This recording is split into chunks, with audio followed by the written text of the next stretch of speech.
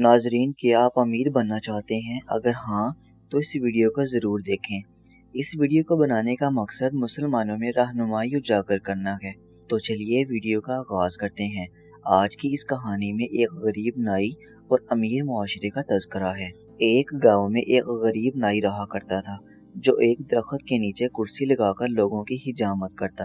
مشکل سے گزر بسر ہو رہا تھا۔ اس کے پاس رہنے کو نہ گھر تھا، نہ اس کی بیوی تھی، نہ بچے، صرف ایک چادر اور ایک تکیہ اس کی ملکیت تھی۔ جب رات ہوتی تو وہ ایک بند سکول کے باہر چادر بچھاتا، تکیہ رکھتا اور سو جاتا۔ ایک دن صبح کے وقت گاؤں میں سیلاب آ گیا۔ اس کی آنکھ کھلی تو ہر طرف شور و گل تھا۔ وہ اٹھا اور سکول کے ساتھ بنی ٹینکی پر چڑھ گیا، چادر بچھائی، دیوار کے ساتھ تکیہ لگایا اور لیٹ کر لوگوں کو دیکھنے لگا۔ لوگ اپنا سامان، گھر کی قیمتی اشیاء لے کر بھاگ رہے تھے۔ کوئی نقدی لے کر بھاگ رہا تھا، کوئی زیور لے کر، کوئی بکریاں تو کوئی کچھ قیمتی اشیاء لے کر بھاگ رہا تھا۔ اسی دوران ایک شخص بھاگتا آ رہا تھا۔ اس نے سونے کے زیور، پیسے اور کپڑے وغیرہ اٹھا رکھے تھے۔ جب وہ شخص اس نائی کے پاس سے گزرا اور وہ اسے سکون سے لیٹا ہوا دیکھا تو غصے سے بولا، اوئے ساڈی ہر ایک چیز اجڑ گئی ہے، ساڈی جان تے بنی ہے تے تو ایتھے سکون نال لمے پیا ہویا ہے۔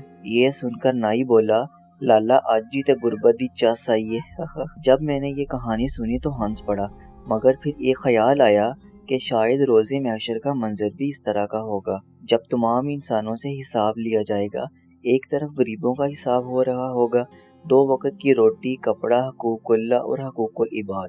ایک طرف امیروں کا حساب ہو رہا ہوگا، پلازے، دکانیں، فیکٹریاں، گاڑیاں، بنگلے، سونا، ملازم، پیسہ، حلال، حرام، عیش و آرام، زکوٰۃ، حقوق اللہ اور حقوق العباد۔ اتنی چیزوں کا حساب کتاب دیتے ہوئے پسینے سے شرابور اور خوف سے تھر تھر کانپ رہے ہوں گے۔ تب شاید اسی نائی کی طرح غریب ان امیروں کو دیکھ رہے ہوں گے، چہرے پر ایک عجیب سا سکون، اور شاید دل ہی دل میں یہ کہہ رہے ہوں، اج جی تے غربت دی چس آئی ہے۔ اللہ تعالیٰ سے دعا ہے ہمیں ہر نعمت کا شکر ادا کرنے اور اللہ کی رضا کے مطابق استعمال اور تقسیم کرنے کی توفیق عطا فرمائے۔ آمین ثم آمین۔ اس پوسٹ کا مقصد کسی صاحب ثروت کی دل آزاری ہرگز نہیں ہے۔